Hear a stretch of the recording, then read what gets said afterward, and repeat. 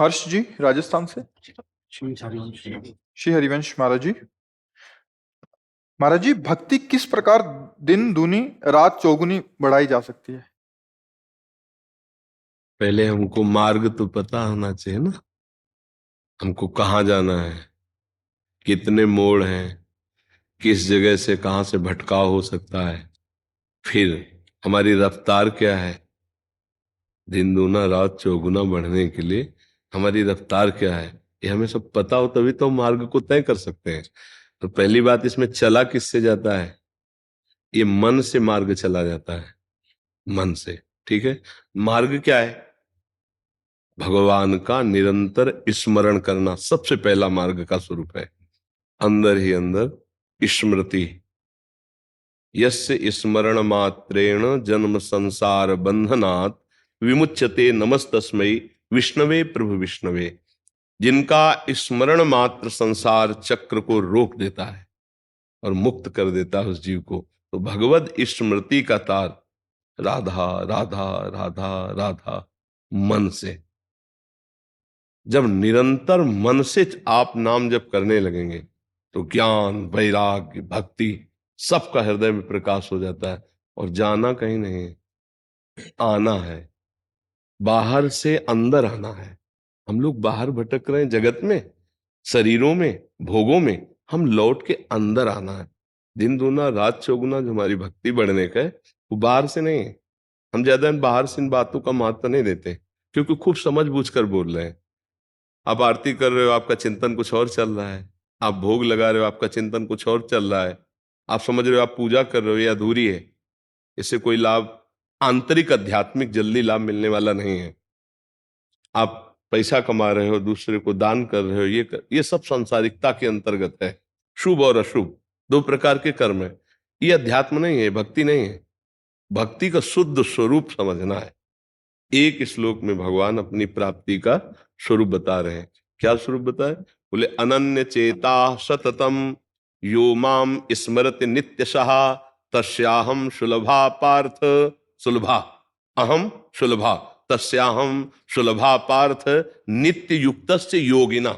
उसे भगवान ने नित्य युक्त योगी कहा है, जो निरंतर भगवान का चिंतन करता है।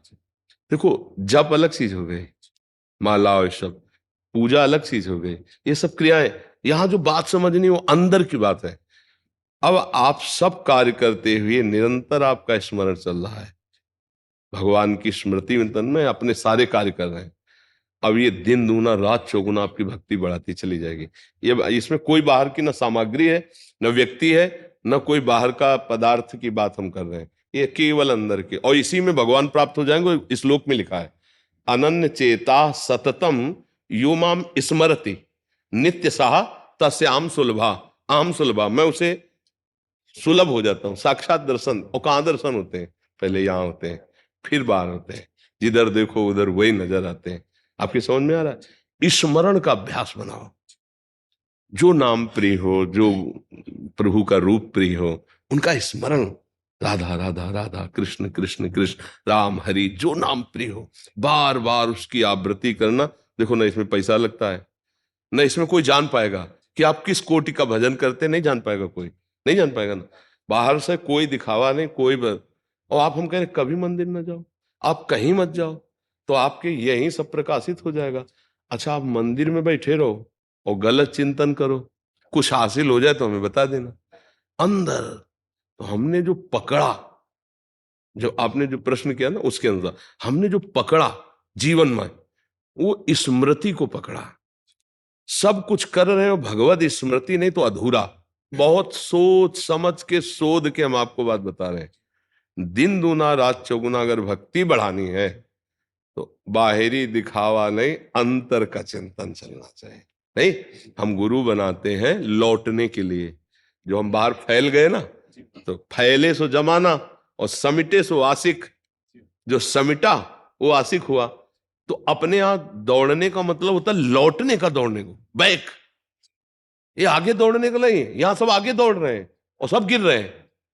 अपनी जो दौड़ है वो उल्टा है, बैक टू पवेलियन। अपनी हर इंद्रियों को बैक करो, अंदर लाओ, और हृदय में कैद कर लो और वो चिंतन करो जो गुरु वाणी के, जो गुरु नाम दिया है गुरुमुख से, वो नाम बस हो गए। पूरे जीवन की तुम्हें सार बात बता रहे हैं।